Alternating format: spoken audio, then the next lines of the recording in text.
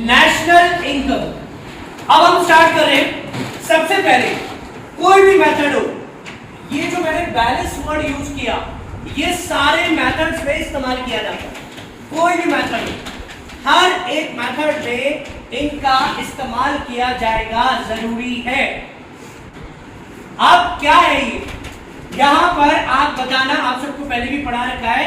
जी का मतलब gross, N का मतलब नेट, और डेप्रिसिएशन, या इसका दूसरा नाम कंजम्पशन ऑफ फिक्स्ड कैपिटल। सब बोलना कसम है आप सब, जिसकी भी। और एन नेट ग्रॉस डेप्रिसिएशन। जैसी शोरूम से बाहर निकलती है वो चीज, उस पर क्या लग जाता है? डेप्रिसिएशन लग जाता है। दो वजह से लगता है, tier and wear and expected obsolescence. तो मैं आपको रीजन नहीं बता रहा क्योंकि मैंने आपको सब कुछ बता रखा है पहले से। नहीं पता तो साइड में पूछ लेना मुझसे। ग्रॉस का फार्मूला क्या होता है? नेट प्लस, अगर मुझे नेट चाहिए तो मैं क्या करूंगा?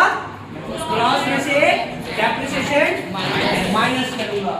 अगर मुझे वीओ, वैल्यू ऑफ प्रोडक्ट चाहिए, तो वैल्यू ऑफ प्रोडक्ट का फार्मूला होता है value added plus intermediate consumption. यहां इंटरमीडिएट कंजप्शन कल आपको बताया था। Intermediate goods, raw material, electricity bill, fuel, etcetera.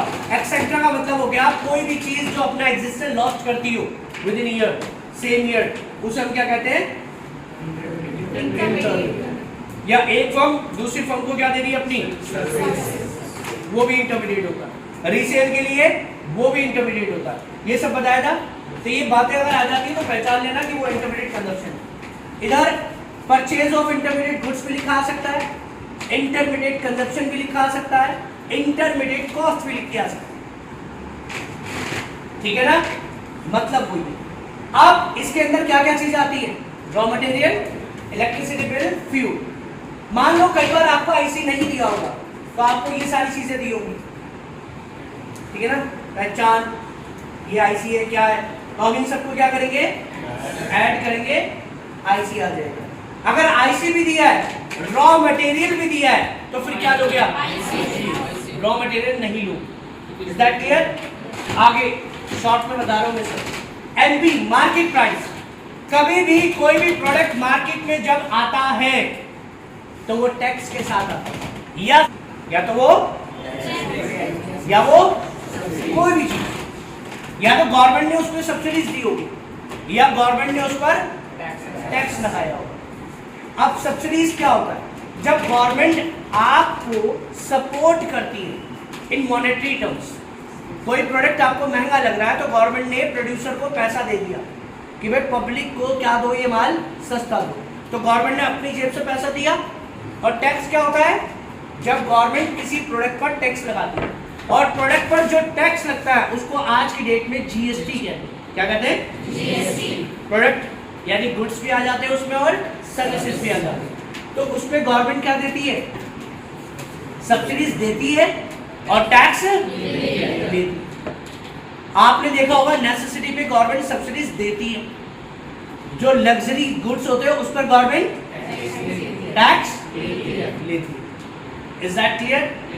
तो यहां पर हम दोनों को अलग अलग मेंशन नहीं करेंगे। इनडायरेक्ट टैक्स में से आप सब्सिडीज को माइनस कर दो, इनडायरेक्ट टैक्स में से सब्सिडीज को क्या कर दो?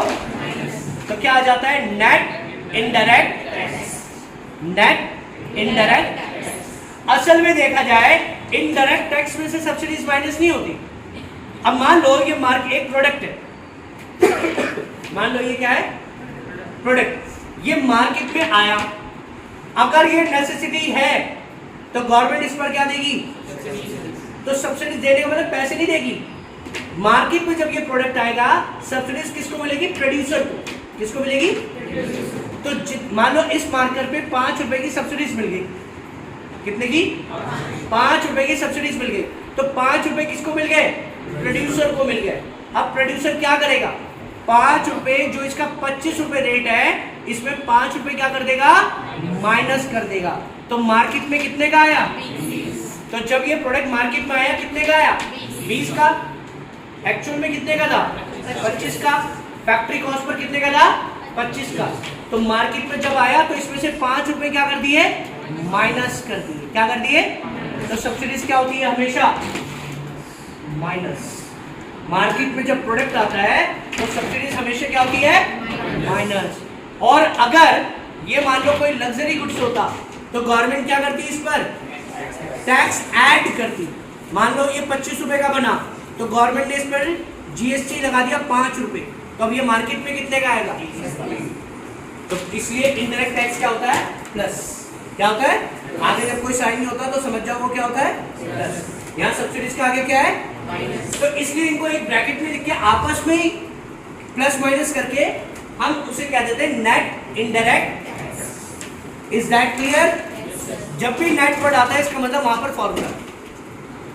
तो मार्केट में कोई चीज आती है तो या तो वो सब्सिडीज के माइनस होकर आती है यानी फिल्टर होकर आती है, सब्सिडीज हटाकर आएगी या टैक्स लगाकर आएगी। ओके, इस पर क्या लगता है आपको? गवर्नमेंट ने टैक्स लगाया होगा। क्या लगाया होगा? लेकिन गेहूं, चावल, चीनी इस पर गेहूं, चावल, चीनी इस पर गवर्नमेंट ने क्या करा होगा? है ना? और किस पर देती है गवर्नमेंट सब्सिडीज? समझ गए? आए? चलिए, तो ये क्लियर हो गई बात, ये बैलेंस वाली बात क्लियर हो गई। अब यहां पर ये वाली बात करते हैं, नेशनल इनकम, डोमेस्टिक इनकम और net factor income from abroad. Domestic income मैंने आपको कल बताया था। डोमेस्टिक इनकम हसीम क्या होती है? हसीम इस पूरे देश में जितने भी लोग रह रहे हैं उसकी इनकम को हम डोमेस्टिक इनकम कहते हैं। इसमें चाहे हब्शी हो, नॉन हब्शी हो, यानी रेजिडेंट हो और नॉन रेजिडेंट हो, सबकी इनकम को हम क्या कहेंगे? Domestic income. अगर इसमें हब्शियों की इनकम को माइनस कर दे और इनकम फ्रॉम अब्रॉड क्या कर दे? प्लस, तो फिर विल गेट नेशनल। यानी नेशनल इनकम का मतलब होता है इंडियंस की इनकम। उसी से क्लियर हो जाएगा नेशनल इनकम का मतलब। अब इंडियंस में नॉन रेजिडेंट तो आएंगे, तो नेशनल इनकम का मतलब होता है इंडियंस। तो इंडियंस कैसे आएंगे? इस पूरे डोमेस्टिक इनकम में हब्शियों की इनकम को यानी नॉन रेजिडेंट की इनकम को माइनस कर दो और इंडियन जो बाहर काम कर रहे हैं इनकम फ्रॉम अब्रॉड उसे क्या कर दो? कई बार अभी जैसे हर्षी पूछ रही थी कि इसके कंपोनेंट क्या होते हैं नफिया में, net factor income from abroad के कंपोनेंट्स क्या होते हैं?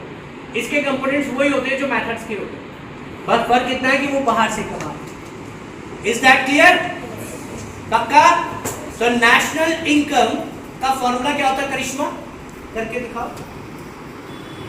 नेशनल इनकम सामने देख के बता सकते हैं? ये तो देख लो ना कहाँ है। नेशनल इनकम को एनपी कहते हैं। तो नेशनल इनकम का फॉर्मूला क्या होता है? Domestic income plus net factor income from, और अगर डोमेस्टिक इनकम निकालेंगे तो एनपी माइनस नफिया। Okay, done done done. ये फॉर्मूला आप याद रखने। डीपी हमेशा वैल्यू एडेड के बराबर होता है। डीपी किसके इक्वल होता है? वैल्यू एडेड के बराबर। अब मैं जैसे आपसे बोलूंगा तो आप उसका फॉर्मूला बताना। ग्रॉस का फॉर्मूला, वीपी का फॉर्मूला और डीपी का फॉर्मूला एनपी माइनस। इसका एक फॉर्मूला और बन सकता है डीपी का, बताओ। क्योंकि डीपी इज इक्वल टू क्या होता है? Value added. तो वैल्यू एडेड जब डीपी के बराबर होता है तो हम ये भी तो बोल सकते हैं वीपी माइनस, सिंपल सा फंडा, और वीए के भी दो हो सकते हैं। Is that clear? DP is always equal to value added. VP नहीं होता डीपी के बराबर, क्या होता है? ये कहानी खत्म हो गई। सबसे पहला मेथड स्टार्ट करने से पहले एक बार तालियां बजा दें भाई।